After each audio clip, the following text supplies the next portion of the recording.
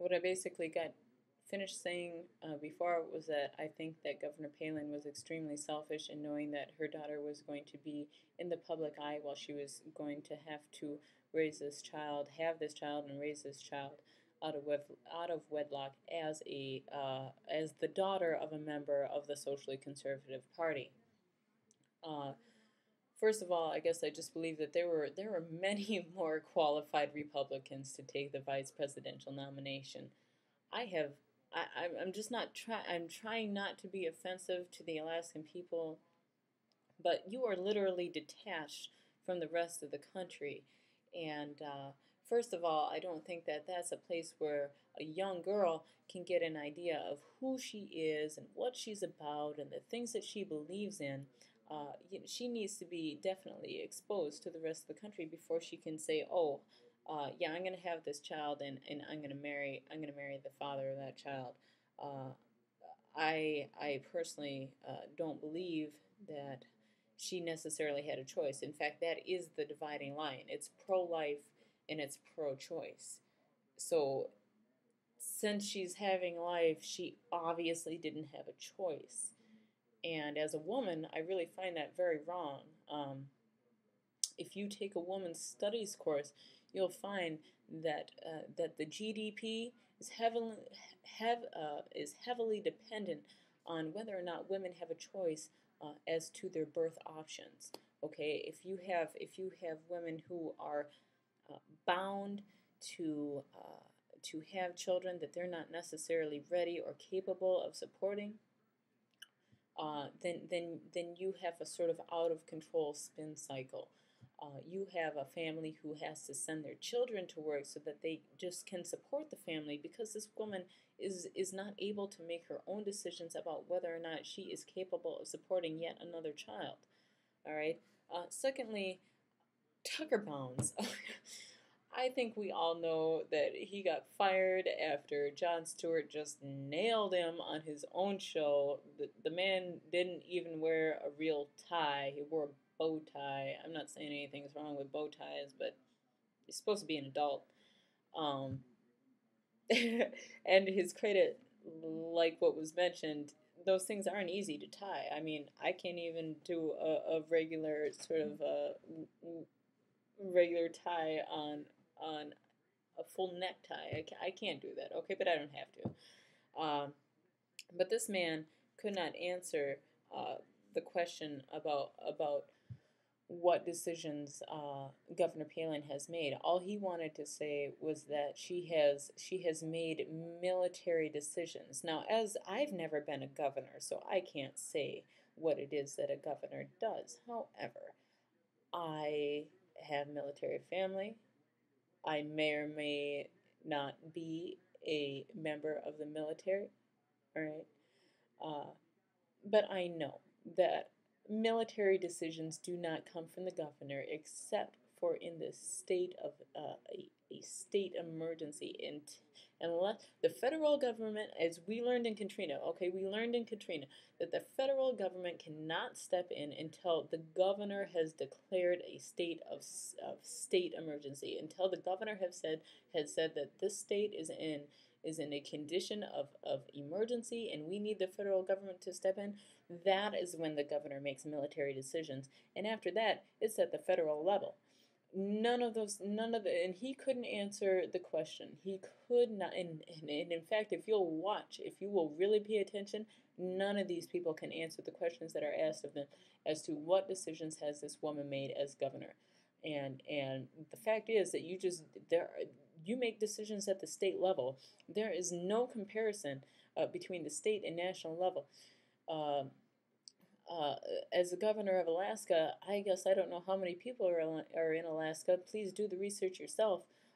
But it's not the same as the number of people in America. I can guarantee you that. Okay, you can't just say that because I've held presidents over 10 or 90,000 people that I know how to rule 300 million. Okay, that I know how to handle 300 million people because I was the governor of a state who is, again, literally detached from the rest of the country. That's just not an argument that you can rationally make. And if you've studied logic, all these people, apparently went to Harvard, all right, but I can tell you as a student of the state of Minnesota, that's just not the same. That's not the same, and that's a poor argument. That's an absolutely piss poor argument, um, and they should know better. They should know better, but people are going to go ahead and believe it, and that's why they can go ahead and make that argument. Please think for yourselves. Please do your own research and think for yourselves. And once you do, you'll find out that it's really not the same. A governor does not make decisions on national security. That's just not how it works.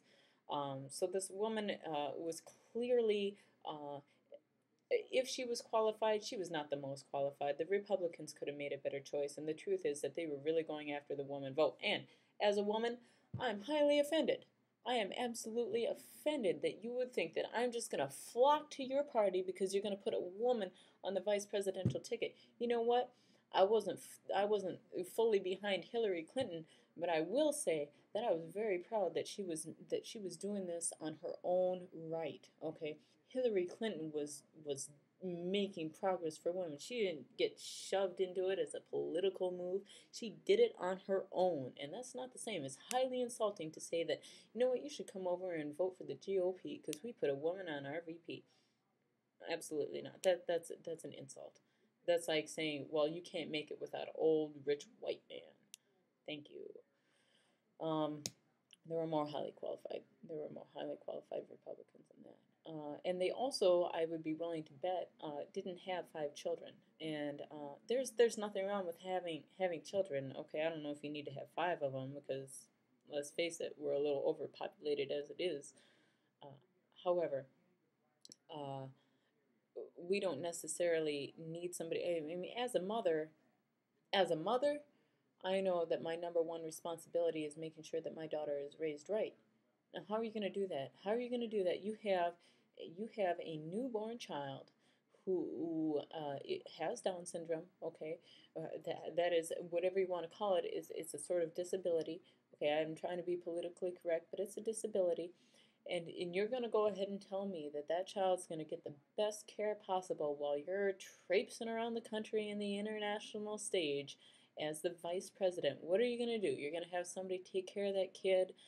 You're going to have vice presidential aides, White House aides take care of that child, and that's going to be okay with you? No, absolutely not. That child needs its mother.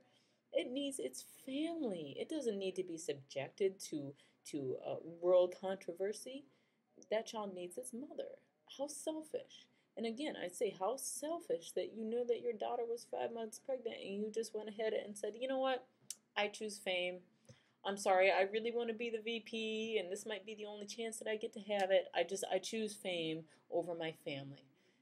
And again, this is about socially conservative party, and and if that's the choice that you're going to make, I'm not really sure I want you to be the person who's next in line after this 70, like, what is he, 72-year-old guy probably dies in office. Would you please, all of you, America, go ahead and take a minute to look at a picture of President Bush when he took office 8 years ago and as he is now. You can even look at Obama when he started running his campaign and the way he looks now. And you can see the aging that happens because of the stress that goes on with his job. That man, McCain, is not going to make it through. He's certainly not going to make it through 8 years. I doubt he'll make it through 4 years. That is a very demanding job. And whoever his vice president is going to end up taking office. That's just the way it's going to happen. He's had cancer 4 times. The dude's not going to make it through the presidential sort of rigorous demands that happen. It's just not going to work. So I don't want somebody who's going to take over for him who will go ahead and decide very selfishly that the things that she wants are more important than the family that she has. That's just not. It's just not a decision I want anybody to make, and they're certainly not making it for me. They're making it for themselves. I think that's very selfish. All right. So end of segment 2.